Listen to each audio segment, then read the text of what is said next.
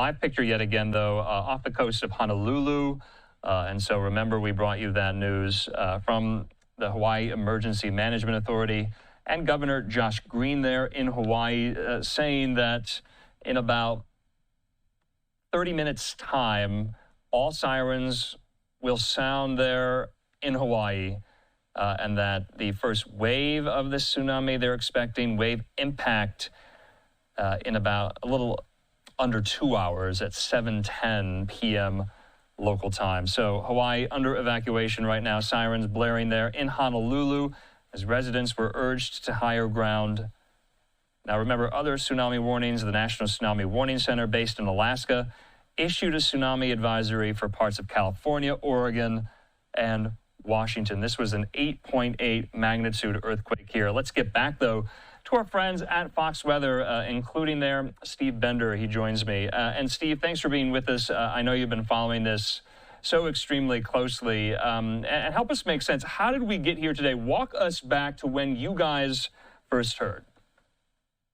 I was actually on Fox Weather covering what was happening in the Midwest. We're talking about severe storms, and the word came in, hey, we had a major earthquake just off the coast of Russia. And so we're thinking, okay, is that going to impact us, right? We're thousands of miles removed, over 3,100 miles removed. When you're talking about Hawaii, then you start looking at areas like the West Coast, over 3,400 miles away. So dramatic difference in between the Pacific Ocean, of course, but initially this came in and it was an 8.0 earthquake magnitude. This was massive. That in and of itself caused alarm because of the close proximity to the Aleutian Islands in Alaska. Then we got an update about 45 minutes after that. It was an 8.7. That brings it to a different category. And then from there, now the final measurement, 8.8 magnitude 8.8. And that may not seem like much of a difference, an 8.7 to 8.8, but actually the energy dispersed out is 1.5 times, roughly 1.5 times greater out of that just 0.1 when you see that difference here. But to set the stage here, what we're looking at is about 8 miles off the east coast of Russia. And with that, Russia felt the impacts right away.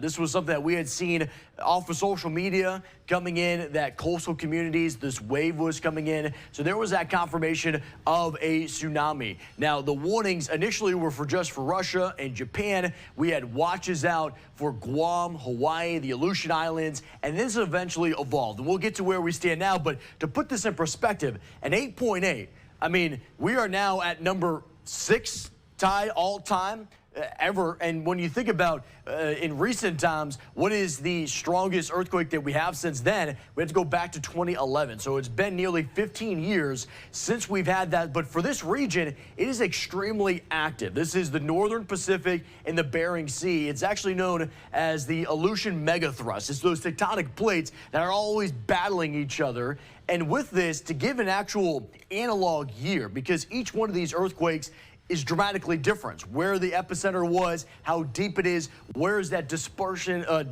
of energy with the wave energy, and where will it make its impact? I mean, the best year you can even compare this to was actually number 5 of all time in that same area of Russia, Kamchatka, where you're looking at 1952. So nearly 70 plus years ago would be what you're looking at as an analog year, a reference. Here's over the past 12 hours showing you just how active this has been. The maximum we've talked about 8.8.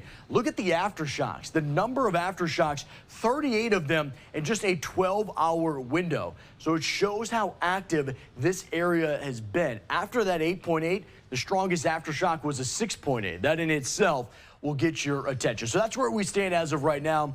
Now let's talk about the impacts that we're anticipating ahead. For Hawaii, we are getting closer and closer to this making its impact. Anywhere around 7:10 to 7:20 local time is when we're expecting those initial impacts. The sirens are going to sound, as you had mentioned, with the governor there. They've actually been ongoing here for hours now. The message has been getting out, and that's a good sign that people are taking this seriously. My concern would be how popular Hawaii is, of course, during the summertime, families going out there and people not having the messaging. The sirens, I think, took care of that. What we're looking at right now, Hilo, their airport has suspended all activity because they want to be able to use this as a place to disperse emergency crews if there are any impacts on the islands. We have noticed out of Honolulu, Maui, and I know you've been doing a great job showing the camera vantage points, people clearing out, but there's also been massive traffic jams. And so the concern here is to get to higher ground. Steep terrain here, and if you are looking at getting into a building, they're saying you need to get at least 4 stories high. So to put that, to kind of show you the severity of this for those in Hawaii. Now let's shift our focus to the West Coast. And we look at the lower 48. Everyone along the West Coast is under a tsunami advisory. Right before we started talking, though, there was a update in Northern California. It's very difficult to see, but it's just south of Crescent City in that area, and it includes Crescent City. That's in red. They are actually in a tsunami warning now. They're expecting wave heights to be anywhere from 3 to 5 feet above their tidal impact. And so that's going to be the concern there. I've been fortunate enough to visit this area. They have steep cliffs as a barrier, but the concern is those bays, those allow water to funnel in. Think about the energy that's building all across the Pacific, and if it hits it at the right angle, all of that energy gets funneled into the bay, and that's where you have the marinas. That's where you have some possibility to damage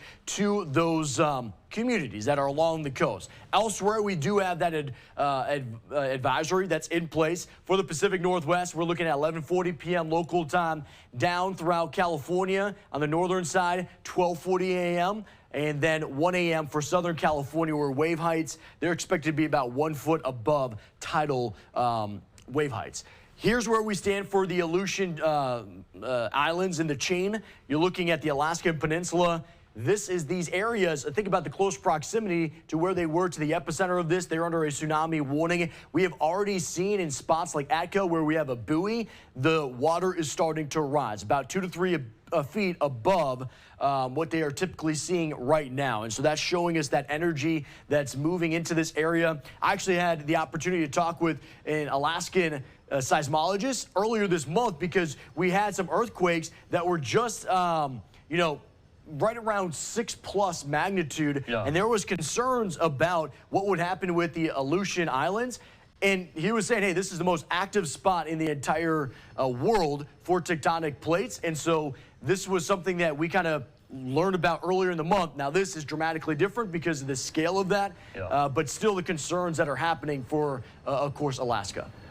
So, Steve, I think it's important to kind of set the perspective. How do you guys get all these measurements, especially with what is this, wave that is moving thousands of miles across the Pacific here? It's kind of hard to comprehend, frankly, just to kind of visualize that. But you get data, and you mentioned it, from those buoys in the water, right? Explain that. Yeah. That's our best opportunity to get data because, to your point, this is going to be, it's in the biggest body of water on our planet, right? The Pacific, it's on the other side of the Pacific, and so there's going to be that latency factor, and there's going to be a delay in getting that information. And so that's why it's so important to have those buoys that are either off of the Russian coast, off towards, Alaska and the Aleutian Islands, out towards Hawaii. That's going to get your first sense of what is the wave activity, and a lot of this energy is actually below the surface. You're going to see this because, the Pacific is deep. The epicenter of this earthquake was 46 miles deep. And so that entire column of water is now being forced across 3,000 to 4,000 miles of the Pacific, and it's not losing its energy. It's just dispersing it outward, becoming more of a broad wave. But for those that are in Hawaii or out on the West Coast, especially since it's happening overnight, you're not going to be able to see that wave approaching. So you have to trust what we're seeing out of those buoy measurements when they start to lift, that there's a wave, a wall of energy that's moving underneath the water that's going to be coming in to these coastal communities. And that's our best sense of what is happening and using data from prior earthquakes. And so when we're looking back about 1952, that would be your best opportunity. What happened out of that earthquake? This could play out again now. Yeah, the tsunami detection systems, even since, 10 years ago, are so much better, so much more improved than they were then, that they are now. Steve Bender there with Fox Weather. Thanks so much. I know you guys will be covering this throughout the course of the night. Yes. Okay, in the meantime here, I want to go back, though, to some of these posts on social media, including there from President Trump. Let's take this here. Trump saying, due to a massive earthquake that occurred in the Pacific Ocean, a tsunami warning is in effect for those living in Hawaii. A tsunami watch is in effect for Alaska and the Pacific coast of the United States. Japan is also in the way, saying, please visit for the latest information there. Stay strong and stay safe. Focusing our efforts, though, on Hawaii, Hawaii Governor Josh Green, the Democrat, saying, tsunami warning in effect. I have signed an emergency proclamation, and both the state and county emergency operations centers are fully activated. Please take this situation seriously. We also have this from the Hawaii Emergency Management Authority saying all Hawaii Islands, this is a message to them, the all-hazard sirens will sound at 6:10 p.m. local time. So that's in about 20 minutes, saying Hawaii is in a tsunami warning. First wave impact, they're predicting 7:10 p.m. Hawaii Standard Time. So in the meantime, back out live there to Honolulu, off the coast there. Take a look at that. Right now, it's almost 6 o'clock there on this Tuesday afternoon in the Hawaiian island chain.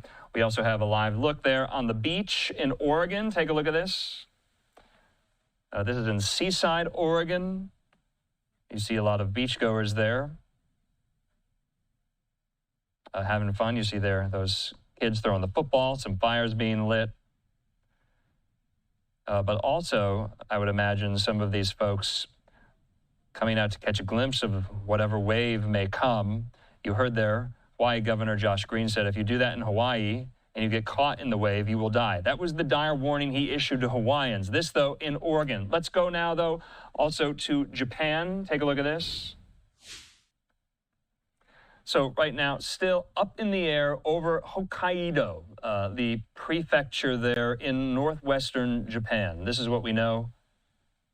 And we're hearing that, according to the Associated Press, the Japan Meteorological Agency says a tsunami of 50 centimeters was detected at the Ishinomaki port. That's the highest detected so far, with 16 other locations reporting a tsunami as high as 40 centimeters as the waves move south along the Pacific coast here.